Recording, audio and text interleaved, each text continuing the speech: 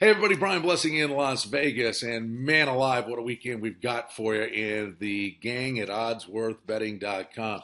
So many opportunities on the wagering board, dissecting these featured selections for you, and the featured pick of the day is available right below this video. What a Saturday we've got. We get it going with 5 bowl games on Saturday. This is going to be a fun run here in postseason play. So many factors go into play.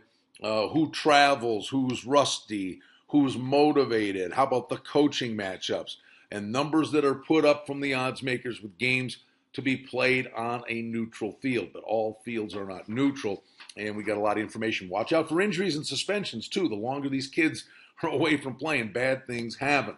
On Saturday, you get the New Orleans Bowl. Louisiana Lafayette's played there 3 years in a row, and they'll be making their 4th appearance here, taking on Nevada, a little home cooking for the Raging Cajuns in that spot.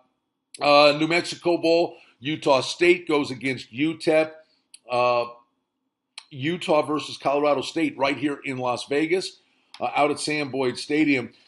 One of those interesting scenarios, and we see this happen a handful of times in bowl season. Colorado State had a great year, but McElwain, their head coach, Vamoose, he's gone off to Florida. So offensive coordinator Dave Baldwin's going to run the show here. But this was a really good football team all year long, and watched a lot of Utah games in Pac-12 play. Really good defense. Pretty compelling matchup.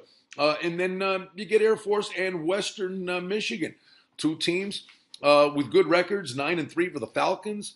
They won the President's Trophy, and Western Michigan, the Broncos, 8-4 record. And they've got a little back class to them, but the MAC has struggled in bowl games. It's going to be a fun way to get our bowl season underway. There is an awful lot on the docket for you on a Saturday. We got 12 games in total. We love Saturdays in the National Hockey League.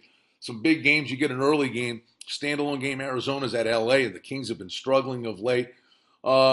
Struggling Colorado will be at Buffalo, who's won 10 of 14, had a horrible spot, went to Winnipeg the night after having to play a rescheduled game because of the big snowstorm. You throw that one out, and they've been playing great hockey. Their backup played Neuver, looked for Enroth to be back in the lineup for Buffalo. Tampa Bay and the Islanders, 2 of the top teams in the East, will lock horns. 2 solid teams in the West. A little Canadian battle with Calgary at Vancouver. And then 13 games over 500. How about St. Louis at San Jose? Solid current form now for the Sharks, who've been up and down. But that could be a really great playoff series down the road. NBA, 7 games in all. Phoenix is at New York.